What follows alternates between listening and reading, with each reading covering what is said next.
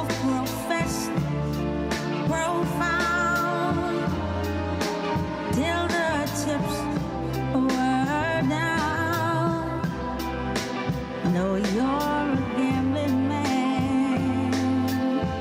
Love is a losing hand.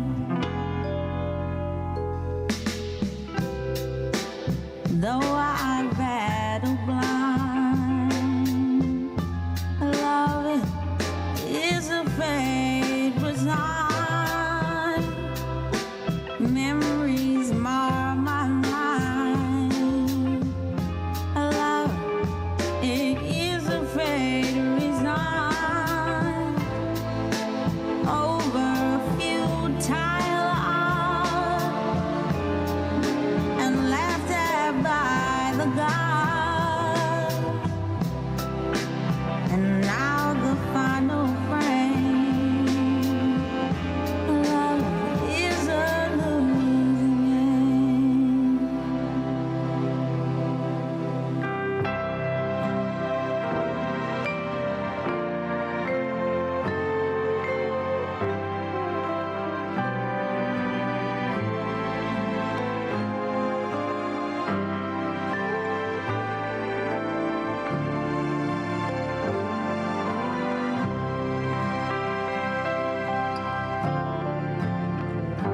Oh, Danny boy, the pipes are calling. From glen to glen and down the mountainside.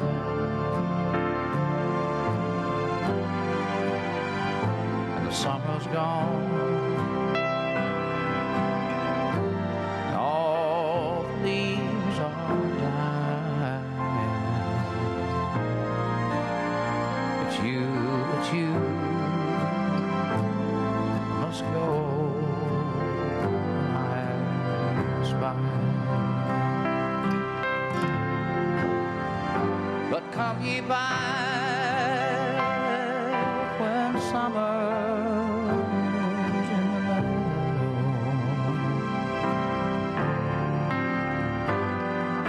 When the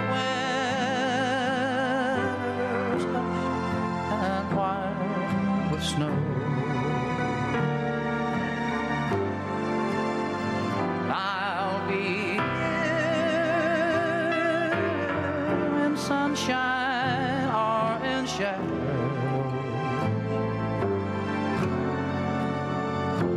Oh, Danny boy, oh, Danny boy, I love you so.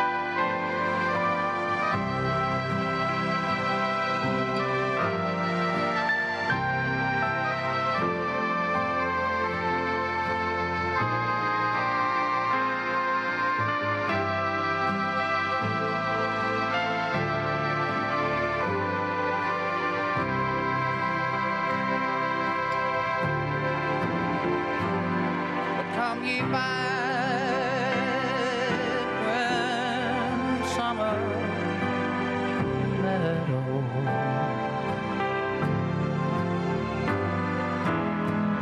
When the winter's white hushed with snow.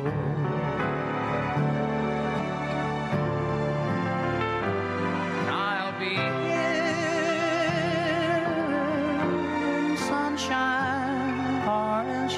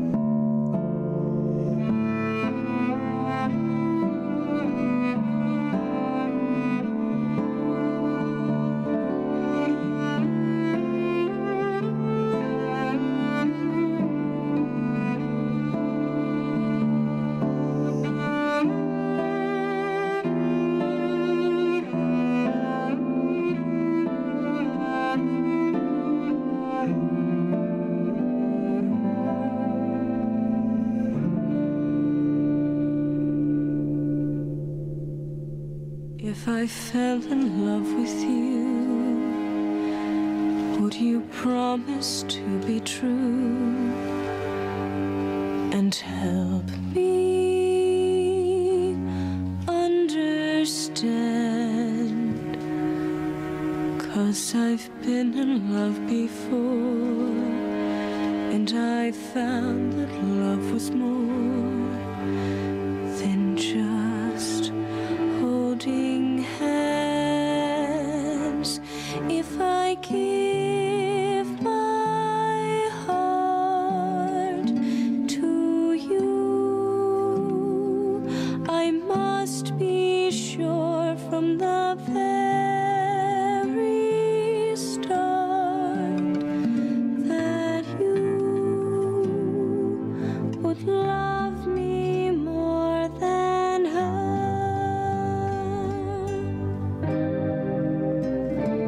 If I trust in you,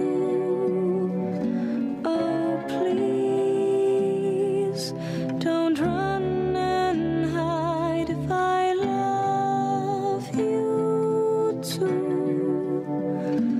oh please don't hurt my pride like her. 'Cause I couldn't stand the pain, and I would be sad if I knew love was in vain. So I hope you see that I would love to love you.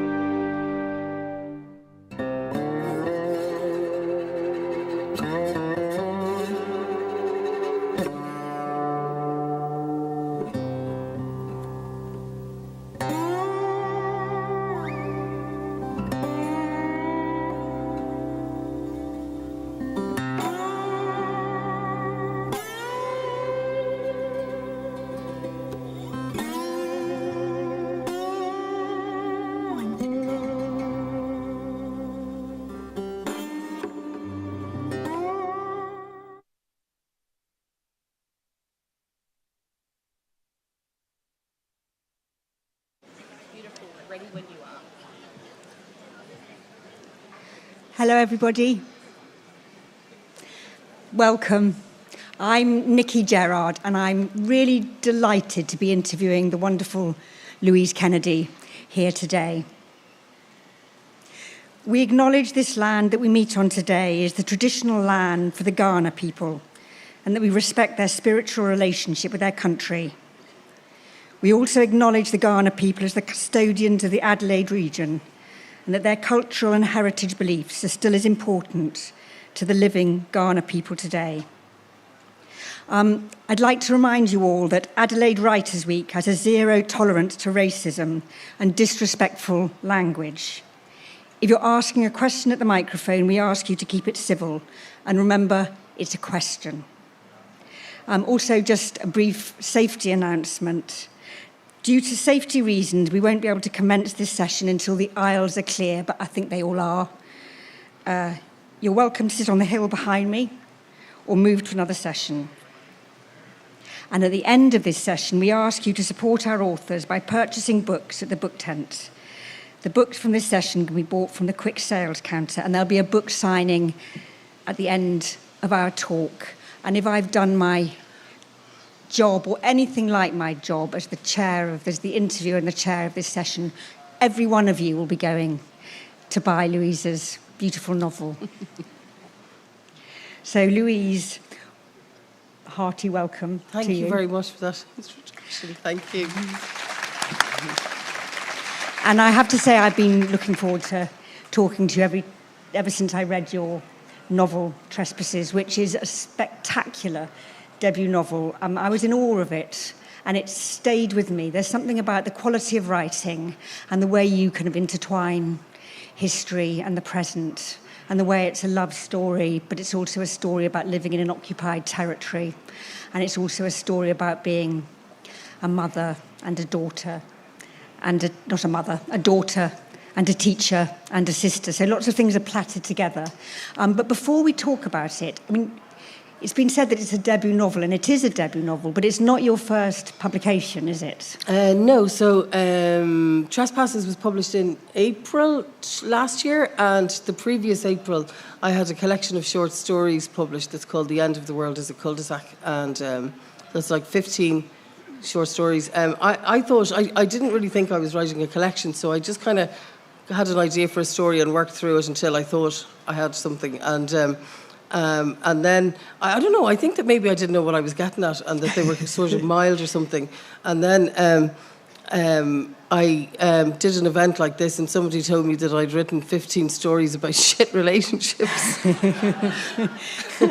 Which is true. Actually, I would say that those stories, I mean, maybe we can come to this later, they're radically different from your novel in tone. And also, they're quite experimental, aren't they? So they all have different forms. I mean, some of them are addressed to a you, some of them kind of mess around with the chronology. Mess around is probably the wrong literary term for what Louise is doing here. So it's like you're kind of... I was messing around, in fairness, yeah. But I think it's fair to say that you've taken a longer route into becoming a writer than most of the writers at this festival. So maybe we could start off with that. You began, I think I've read it was 2014 that you started writing. Well, that's not so long ago. And why? I mean, what was happening before then? And what propelled you into being a writer or writing? Yeah, I think I could very easily never have written at all.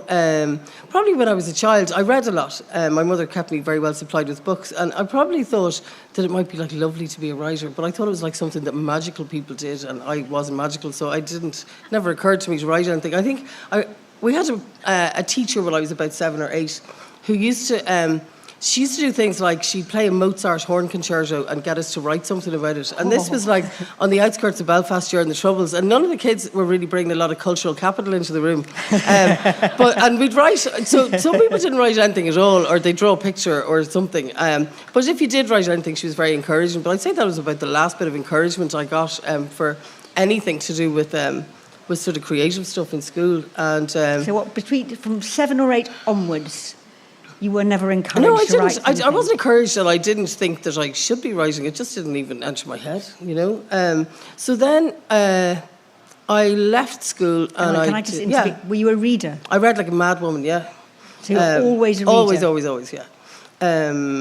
Yeah, my mother tells this story, it's really ridiculous. She says that our Louise was trying to read War and Peace when she was 5, which is complete nonsense. So what had happened was that Penguin had this issue of War and Peace to accompany a BBC TV series that was on where Anthony Hopkins played Pierre, because I remember the copy that she had. I remember that, yeah. And I think I opened it on a random page and identified a few words like with and to or something. And she's like, look at her, she's reading Tolstoy. But I absolutely wasn't. But I think shortly after that, she kind of got real and went to a bookshop and bought me a Mrs. Pepperpot book. Yes, I remember Mrs. Pepperpot. A Teddy Robinson book. And I think the other was Sinead de Valera's Irish Fairy Tales for Children, a copy of that. So yeah, I mean, she kept me really well supplied with books all through my childhood, and yeah, I just read and read and read. I guess that was no kind of writing excruciating diaries or not bad at all. poems. No, I wouldn't have. I had 2 sisters who were really nosy, so I'd never have kept a diary. I just presumed that somebody'd find it and I'd be ruined. So I didn't keep a diary at all. Yeah. Sorry, now I've interrupted you. So we still haven't got to the point where you're a writer. Okay, so yeah, I mean, I did a sociology degree and thought I might like to be a social worker, and I used to I tried that a bit, but I used to get very upset at meetings and things. I have a tendency to over-empathise, so that was useless to anybody. And I then, after a couple of terrible jobs, I borrowed money and did a cordon bleu cookery course. So after that, I cooked and ran restaurants for probably nearly 30 years. And it wasn't the last cooking job. I mean, my last shift in the kitchen, I hope to God it was my last shift, was about 4 or 5 years, about 5 years ago, I think. In your own restaurant? No, it was in somebody else's. Somebody else's? Yeah. But you ran your own Yeah, and then restaurant. Bloomsbury came in and saved my life. But so we're still not at the writing. So we've had you as as an unwilling social worker. Yeah. And then as a cook. Yeah. A chef. So then, I mean, I worked in various places. I cooked in Beirut for a while. I cooked in various places around Ireland and stuff. And then myself and my husband were living where we still live in the northwest of Ireland in Sligo, opened a restaurant in, I don't know why I'm laughing, in 2007 in the autumn. And we, the first weekend we were thinking, it's not bad, it'll pick up and, this is like a really great idea. And about a year later, we're looking at each other going, what the hell is going on? So in Ireland, we called that mad recession of those years the downturn, talk about putting it mildly. So the downturn, was kind of economic ruin for a lot of people. So just lots of people didn't seem to have any money. And I guess eating out is a luxury. So you can cut back on certain things. And that could be kind of top of the list. So anyway, I don't know how, but we limped along for 7 years. So the restaurant closed in August 2014. But in the January, a friend had asked me to go to a writing group with her. And I just thought it was mad. She was a visual artist and she always worked with kind of big canvases and things. And she had small children. So that was difficult. And I think she thought that maybe it was going to be a creative outlet to maybe try and work with words or something. So anyway, she didn't know. I mean, I think she was just kind of open to that, but I just thought it was bonkers. So I refused several times that day, and then she turned up at my house and told me to get into the car. So it was a Monday, like a wet Monday night in January, and I went along with her. And at the first meeting, there was a facilitator, and he went around the room and he said to people, why are you here? And they were like, oh, I have a memoir I'm trying to finish. Or the next person was like, oh, I have like a chapbook of poems inspired by Yeats. And then, and this was going all around the room. I was just thinking, God, kill me. So then they got to me and I said, I'm here because Niamh made me come. And I was like purple in the face with shame. And they all kind of looked at me with the mixture of horror and pity. And that was the end of it. But by the end of that meeting, it was agreed that we'd all try to write a short story. And, someone would submit a story every week, one person would. And it meant that I had 5 weeks to try and write something. And I thought, okay, I'll do this just to save face because it was so embarrassing being at that meeting.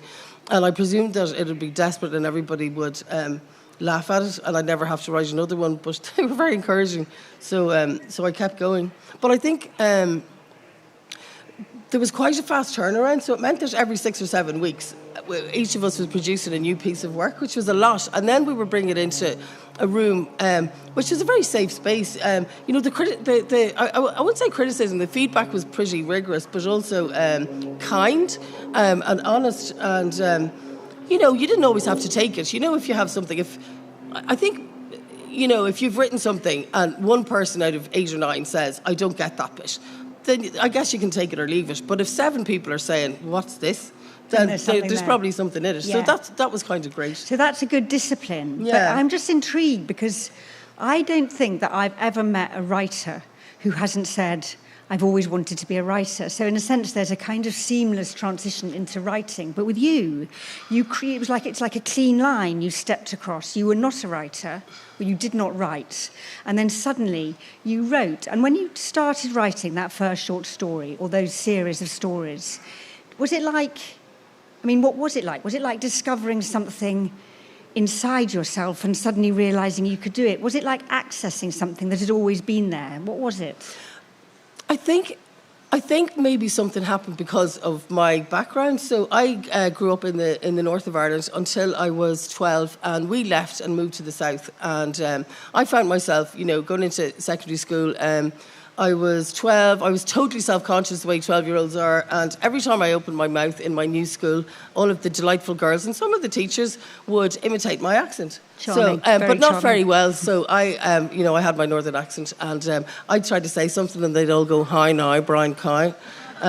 So I just got really mortified, and then thought I can't cope with this any longer. So I basically ditched my northern accent over a weekend and arrived back in on Monday with a brogue, for want of a better word. And but I think that maybe the voice in my head is still quite northern, although my speaking voice is southern or something. And you wouldn't think that maybe. I think Irish people can tell that there's a difference. There's something in. I think we used quite a few words of Ulster Scots when I was growing up.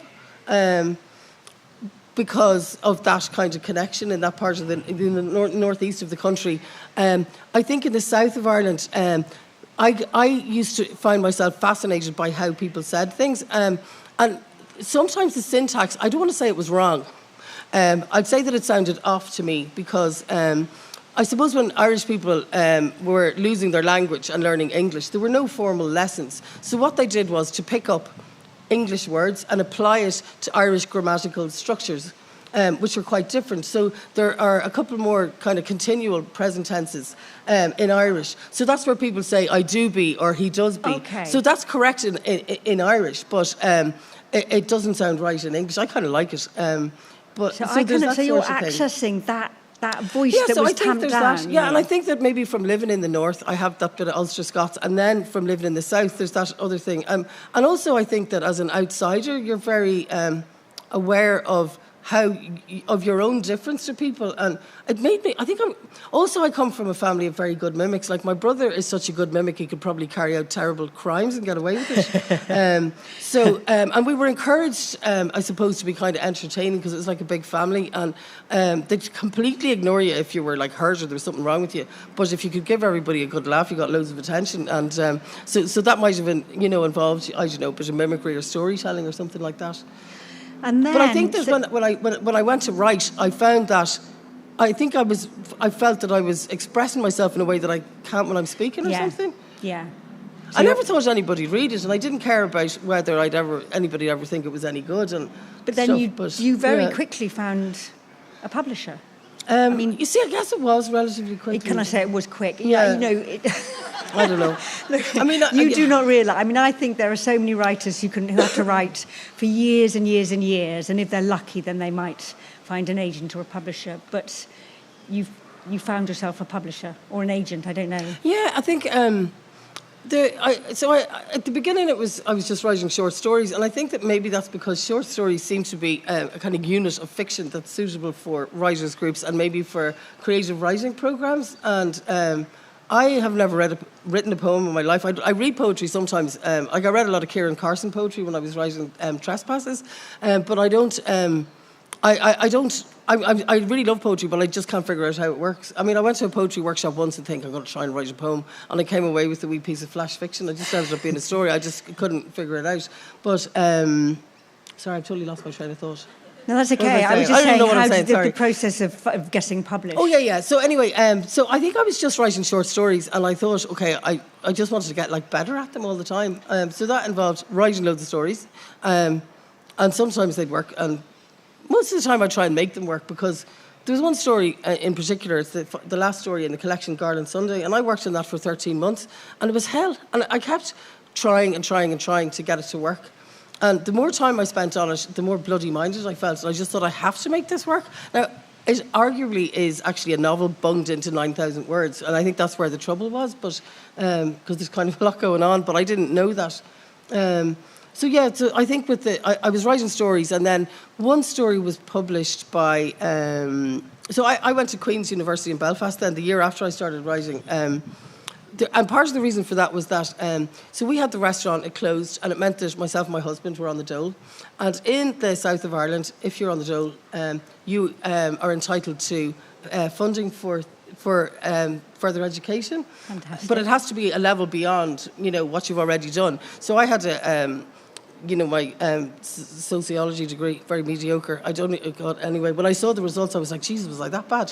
Because I had to get a transcript. So I was like, I had it in my head, I got like a 2-2. I was like, Jesus. So I got into Queen's on that with a writing sample. But so I was able to do an MA, and then, I guess it was my version of a midlife crisis. I stayed on and did a PhD. I really wouldn't recommend it. But, yeah. You get a young fella in a fast car or something instead. It'd be a lot more fun. But so I kept writing stories, and then some of my friends in Queen's, who were also PhD students, started a magazine called The Tangerine. And so my pal Mickey, we used to share work a little bit, and I wrote a story and he liked it and he published it, and that story was so lucky for me. So somehow the magazine landed on the desk of my agent, who's now my agent, Eleanor Byrne, in London. She had just started out as an agent after years in publishing and was building a list.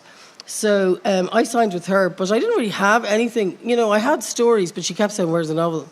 No, I'm repeating for anybody. I was talking to lovely people in a book club this morning, and so the Irish writer Kevin Barry. He says that going into a publisher with just a collection of short stories is like dragging the corpse of a dead cow over your shoulder and dropping it on their desk, because they're like, get that thing out of here. Because, it's okay to have the stories, as this sort of nice little niche thing, but where's the novel, Well, it's true. It is true that the short story, which is such an Irish form, you so many great Irish short stories, but it's hard to get short stories published. In America, there's the New Yorker, and things, but there's very few outlets for single short stories. Yeah. So your collection of short stories was published and extremely well received. And then, in response to your agent, presumably, you or did you already have that novel? So what happened was that I wrote a draft of Trespasses very, very quickly when I was sick. So in March 20... So I had probably 10 or 12 stories, about 11 or 12 stories that I had more stories than that, but I had maybe 11 or 12 that seemed to go together. And my agent thought that this was the makings of a collection, but she's still going, where's the novel? And a couple of months earlier, I had said, right, I'm writing a novel, mostly to avoid writing up the critical part of my PhD, because it was hell. So... But really, all I'd done was to make a couple of Spotify playlists and to watch watch videos about Belfast in the 70s for my, which I was calling research, but it was actually great fun. And so I hadn't really done any work. And then in March 2019, I got a diagnosis for melanoma, and I had to have surgery.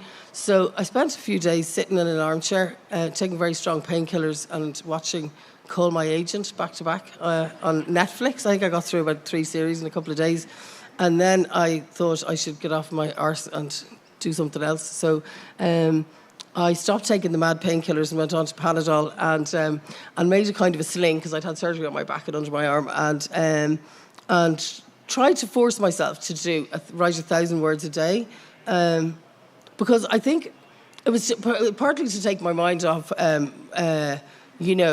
whether I might be dying or not. And also maybe because I felt that I couldn't presume that I'd have 15 or 20 years to wander around going, I'm writing a novel.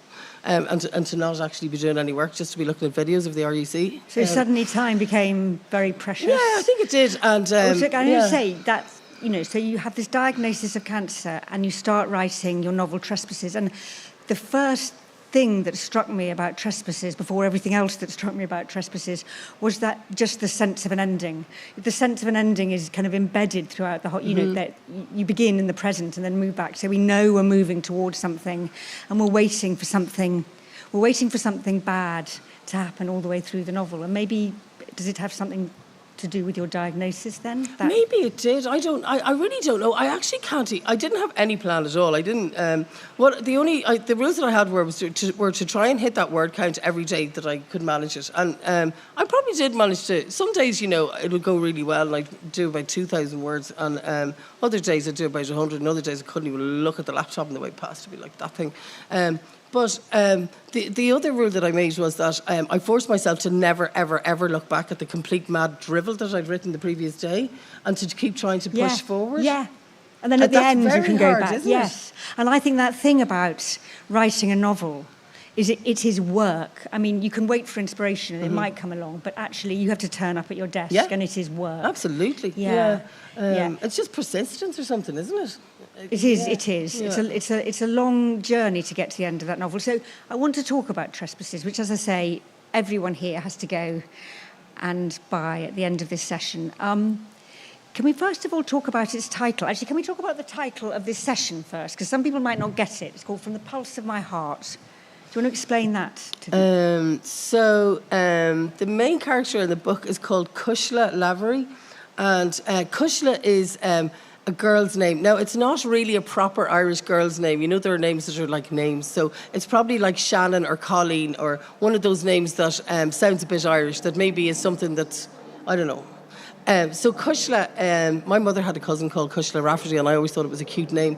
And Cushla comes from an endearment in the Irish language, Cushla McCree, which means the pulse of my heart. So that's where that comes from. And in a way, there's a clue in that. There's a kind of, very differently from your disenchanted short stories about toxic relationships and abuse, there is, in spite of its kind of elegiac tone, there's a kind of deep romanticism about Trespasses.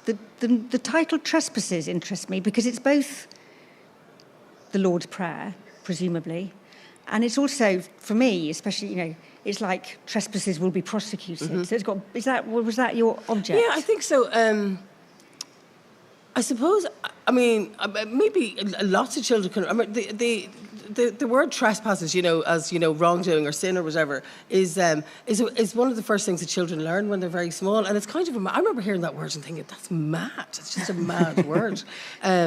But I suppose there's other, I guess, trespassing in the book as well, where Cushla is, there's kind of, I guess there's like physical, geographical trespassing, where she's literally crossing Belfast to go to a place where she kind of has no business being. And, some of the other characters are doing that too. And I guess there's the kind of moral trespasses of the relationship. And then maybe, there's another storyline, and that's where Cushla becomes very close to a little boy in her class called Davy McGeown. And his parents are in a mixed marriage, and they're kind of living in the wrong estate. Well, there's no kind of right place for them to be. So I guess there's that sort of religious trespass as well. So, yeah. And I very kind of simplistically summed up what Trespasses is about at the very beginning. Would you like just to tell us? It's about Cushla and her love affair, but it's about so much more as well. And it's based in 1975, which is the time of the Troubles. Cushla Lavery is 24. She is a primary school teacher. She also helps out in the family pub in the evening. The pub is run by her brother Eamon, who, I suppose he talks down to her a lot, but he's having to he's under a bit of pressure because business isn't great. People stopped really wanting to go out for obvious reasons. I suppose even pretty early on in the Troubles, and so he's running the family pub. Their father has recently died. Cushna's mother isn't coping very well with the grief, so what she is coping really well with is getting her hands on a lot of gin. So Cushna lives alone with her and has to try to manage her mother and her drink problem. And so when Cushna goes to work in the evening, there's a fairly rum lot, I suppose, lined along the bar. A couple of shipyard workers and, not very high-functioning alcoholics. And then this man comes in who's, I guess he has like a clean shirt on. That's in itself is very exciting. And he's older and a bit sophisticated. And, she sort of can't help herself and ends up in a falling for him fairly badly. And I guess it's a bad idea for lots of reasons because he's a lot older than her, and she's Catholic. He's a Protestant, and he's married. Yeah. So there's you set up kind of Protestant versus Catholic, yeah. Old versus young, married versus single, worldly versus innocent, and so there's this kind of sense of illicitness which gives an erotic charge to the novel, but at the same time makes it there's a kind of ambivalence that the reader will feel about the relationship because, is she a kind of victim of his? That's interesting. In the first draft, I fiddled around with some point, a few different points of view, and at one point it was written in the second person because I'd written a couple of stories like that where it was you, but Cushna was talking to herself and in the present tense, and it was way too much. Like even 20 pages of that is a bit much, so I couldn't pull that off. So eventually, maybe in the second draft, I settled on third person past tense, and I kind of love that tense because I just think you can do anything with it. Yeah, and it's kind of almost like indirect present tense, isn't it? So you can, absolutely. So you can, if somebody, if you read something and somebody says, I went downstairs and I stood and looked around the kitchen at, my Spanish style, Mexican style tiles that were in whatever colour. People don't make observations like that in their head, so you can't do that. But if you're using the third person, you can do whatever the hell you like. You can describe something that's across the road. You can go back and do a bit of backstory. You can drop straight into the character's thoughts. I don't use speech notation, which a lot of American people are finding really annoying. But I think it was because I was trying to bed even the dialogue deeper down into the text and just make it all very much from Cushna's point of view. Yeah, so the speech could be thought and the thought could be speech, and there's not so many kind of boundaries between them. That time that you described, 1975, so you now live in Sligo, but of course you lived just a few miles outside of Belfast until you were 12, I think? Until I was 12, Like the formation of the self. Yeah. So it's heavily autobiographical, and so it's that memorialising of it. I think so. I didn't really understand until later, maybe, the significance of the year 1975. So I knew I was writing a love story, and I kind of knew that I was going to set it in the north because when I went back to college, when I went to university, I went to Queen's in Belfast, and I was there, pretty often for a few years, and that was probably the longest sustained time that I have spent in the north since I was a child in the 70s, since we lived there, and I found that it kind of brought up a lot of things.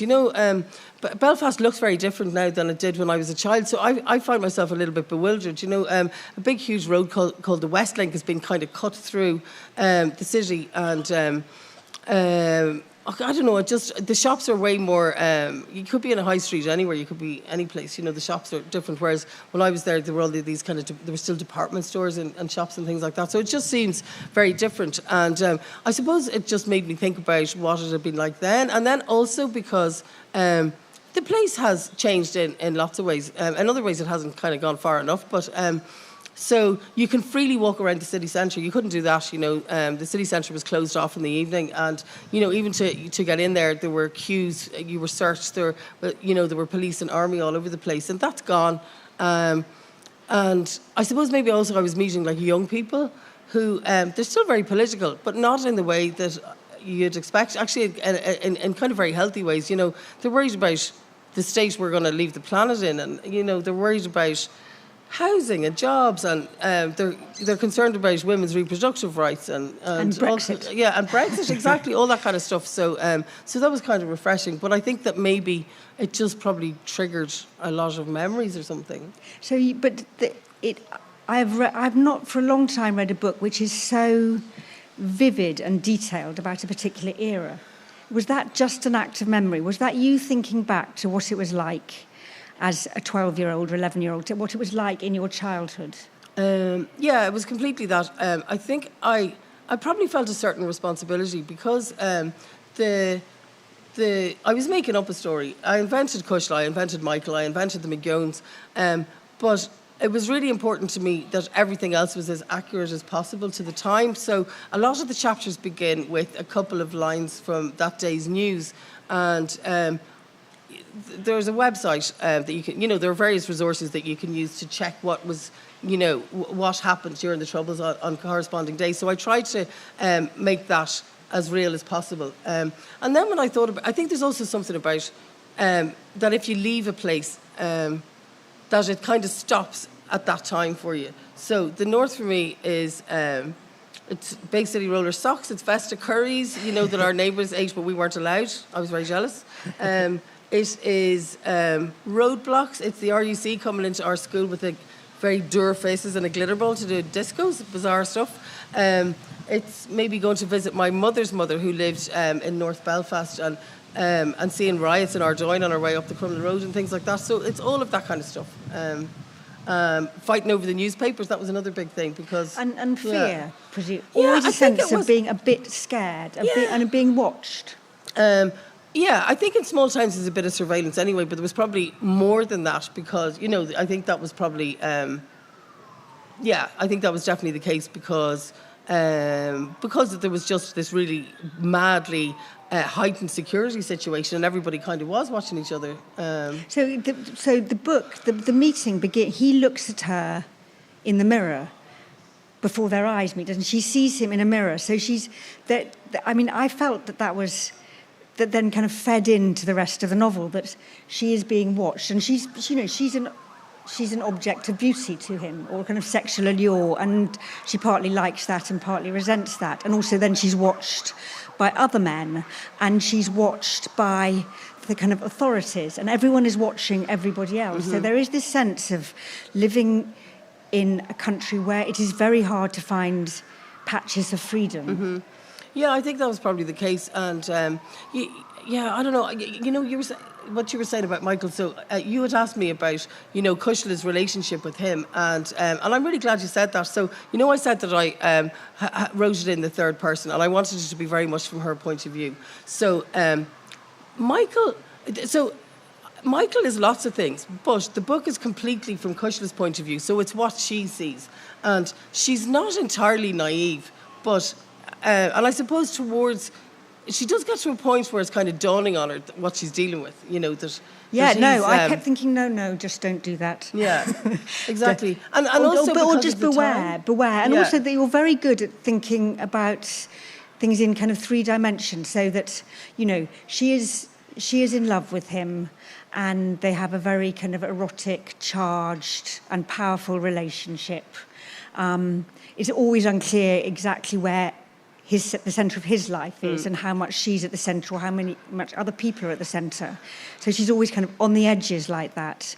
But there's a betrayal that's going on. I mean, he's betraying his wife, and in a way she is as well. Mm-hmm. And at the same time, there's a kind of certain acts of betrayal towards her mother, who she's kind of wanting to protect and yet cannot, or acts of betrayal kind of towards her student, Davy. So the whole thing is about these kind of lines that you're not coming back to the title, Trespasses. Yeah, crossing lines, yeah.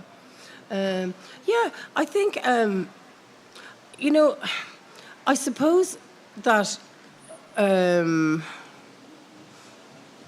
this... Like if my daughter, for example, she's 20, if she was working in a bar, she does sometimes work in bars, and if some man of 50-odd caught her eye in the mirror, she'd go and tell the manager she was being perved on. So this story would not happen now. It just wouldn't. I think young women would be a lot more... he'd get Me Too, that'd be the end of him. Michael would, if he tried to pull that. He would. So I just think that that it's a story of its time, and there was that kind of very casual, kind of everyday sexism, that it wasn't even called sexism. Do you remember it was called chauvinism? As if by, making it a French word, that it was a bit, I don't know, it was a bit cute or something, or a bit sort of cheaty. That there were like boobs on beer cans and all that kind of stuff, and yeah. What about writing the sex scenes? How difficult was God. that? I think writing sex scenes is very hard. It was So very one person's eroticism is another Oh, person's... stop! I know. No, it was very difficult. It was very difficult. What I tried to do was to avoid. I mean, naming things is really weird, so I tried to avoid that. When you say things...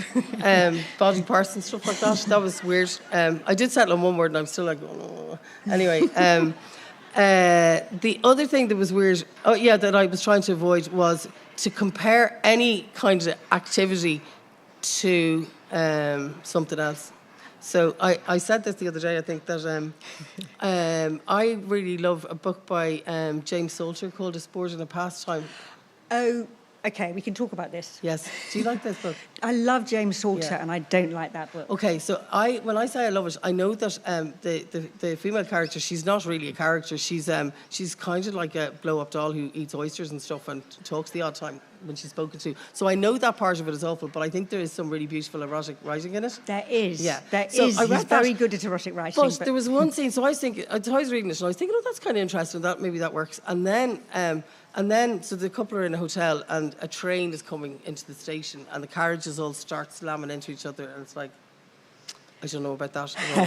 So I just think that you have to be kind of careful. And then once it was written, I thought, okay, maybe I'm going. You just be afraid. I don't know. I was terrified of my parents reading it and stuff like that. Yeah.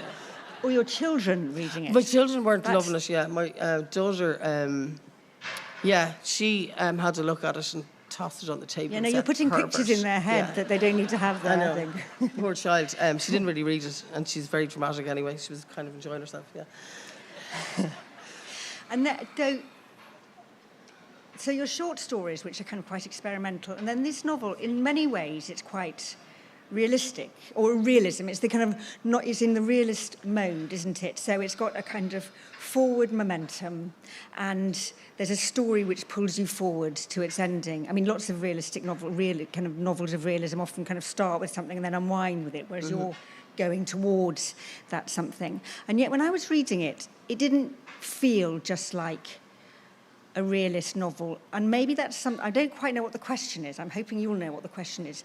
That's something about how you kind of expand sideways as well as going forward. I mean, you start in the present, 2015, I think it is, and you finish in the present, and then this novel takes place in this space that you've carved out, and because it's so very intimate in its writing and erotic and remembered, it feels extremely compelling in its kind of the way it inhabits a character's consciousness. So it's kind of expanding sideways as well and kind of tugging against its forward momentum. This is a very long question without a question mark at the end. I guess my question is, did you know when you started that novel that that's what it was going to be like? No, I hadn't a clue what I was doing. No, I didn't at all. I think that... So when I had written the short stories, maybe the idea for the story was something very slight, I suppose, and kind of elusive. And, well, it turned out to be elusive, and it would take me a while to figure out. I'd sort of know somewhere in the back of my head what I was trying to get at, but it would all be worked out in the writing of it, which was very slow and painstaking. And I never, with a short story, have I sat down and written a draft from start to finish. I would write a page or two and then edit and edit and edit, and then I'd try and go on to the next page. And it was excruciating. And I thought, if I attempted that with like 300 pages of a novel, I'd be long dead. And there'd be nothing. I'd be on about page 50, and I'd probably have spent the last years of my life in an institution or something. So I just didn't want to write like that. So I took a different approach, and I think that... I think that maybe the stories, I guess I kind of... When I was doing the MA programme in Queen's, we were told, keep it to a couple of characters, don't mess around with the temporal frame, don't muck around too much with the tenses, don't use the second person, And I thought, really? So, because I just thought, so are we all going to be doing the same stuff? And I did start to try and muck around with things a bit, so I guess the stories are probably a little bit more experimental. I don't know. I think as well with the novel,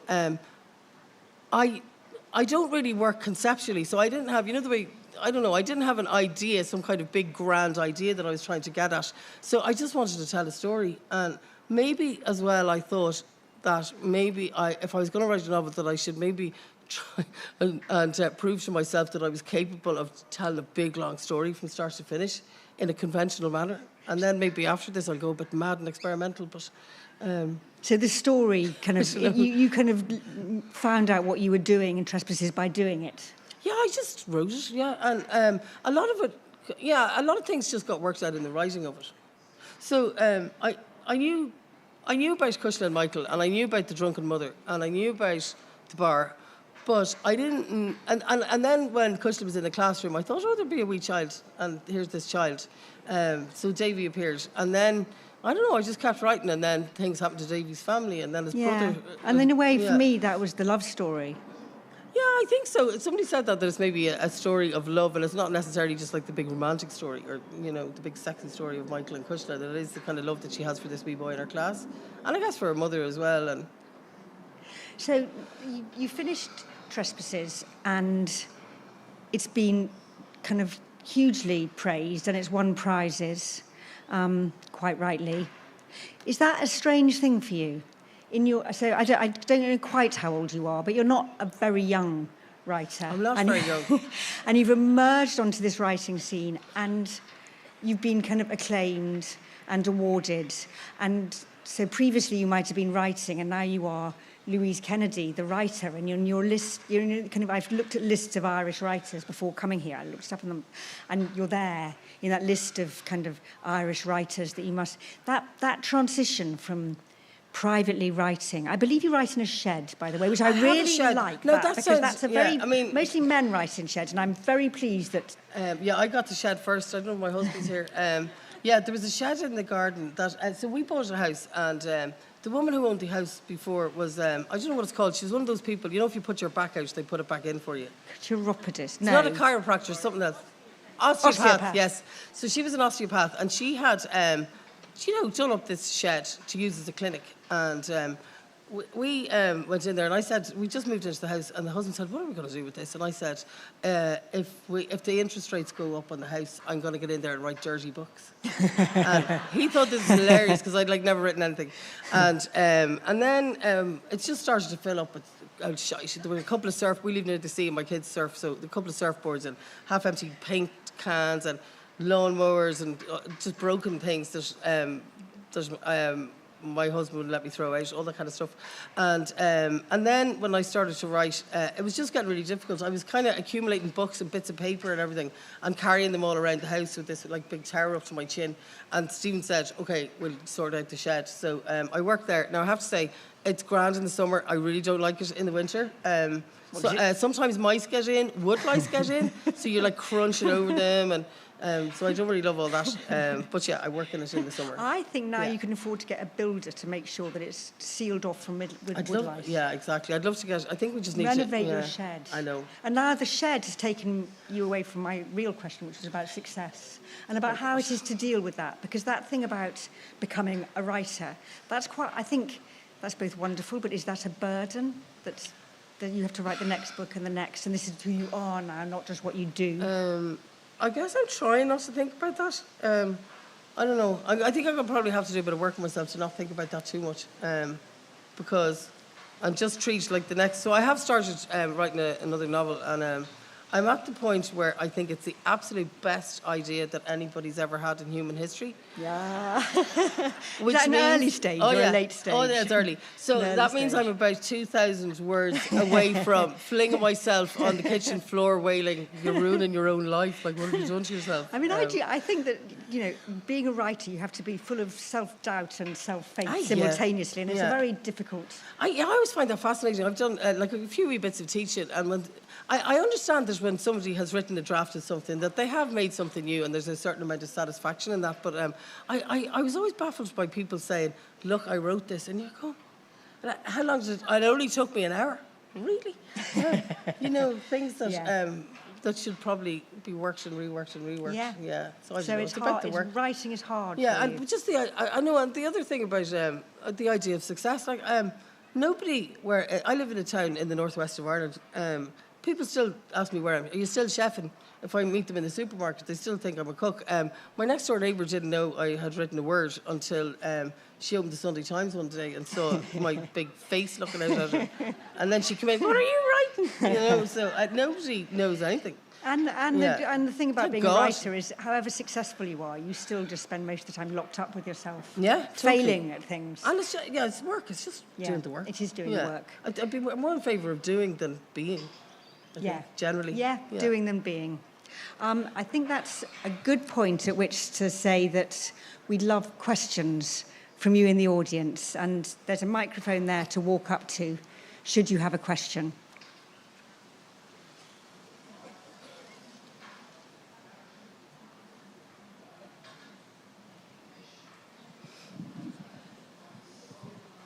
I want to say not only was the sex fabulous in the book, but I wanted to cook all those meals. The food writing is wonderful. Oops. Thank you very much. I think because I was a chef for nearly 30 years, I presumed that everybody was obsessed with what people eat, and it seems not. So I think food is kind of great in fiction because it can be used to, food can be used to punish people or seduce. I think it can be very aspirational. So I guess when Cushla goes to that house, up the Malone Road, where instead of the kind of fairly grim, resentful dinners that her mother provides, that, they're actually drinking wine and the cupboards are stuffed full of tins of nice things they bought on holiday in France, that kind of thing. I think, even before I learned to cook, I was probably kind of obsessed with what people ate. I remember my friend lived down the road, and my mother wouldn't allow any processed food into the house, which is dreadful. So I'd kill for a Dairy triangle, like processed cheese. I still love it because we weren't allowed it. But I'd go to my friend's house, and her mother, I suppose the mother was feeding like 4 big strapping boys and then my friend, and didn't like to cook. So they had, she'd drop like a Frey Bentos steak and kidney pie in a tin into like a pan of simmering water. She'd have 2 on the go. And then the potatoes were like smash mixed up and stuff. And I just thought, this is amazing.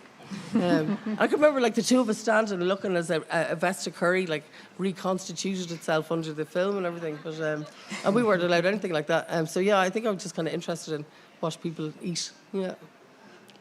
Any other questions? I want to ask you another question then, unless somebody else is going to leap in before me, which is about, I read that you were asked what you thought were your favourite love stories. And I was completely baffled by your answer because you said it was Thérèse Raquin. Yeah. But I don't know if anyone knows the novel Thérèse Raquin. It is a terrifying novel about murder and hatred. So it was interesting to me that you chose that as your love story. Well, they did think they loved each other at the start.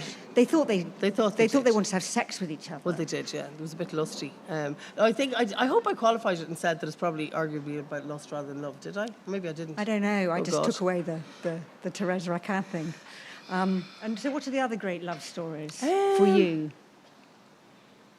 Oh my God. I probably like the ones that end up at Grimley. Oh no, you said Jane Eyre as well. Oh yeah, Jane Eyre. Jane Eyre. We were talking about that the other day. Jesus. But then also I disagreed with that because you said Jane Eyre until she came to the line, "Reader, I married him." Yeah, I didn't like that. But I thought that was a great line because it was, "Reader, I married him." Not he married me. Yeah, but reader, I married him because I have so much internalised misogyny. I'm overlooking the fact that there's some crate there locked up in the attic for a long time. Okay. No other questions from the audience? In which case, can you join me, first of all, in saying thank you to Louise, and secondly, in buying her book? Thank you so much. Thanks, Nicci. Thanks very much. Is there any more questions from the audience?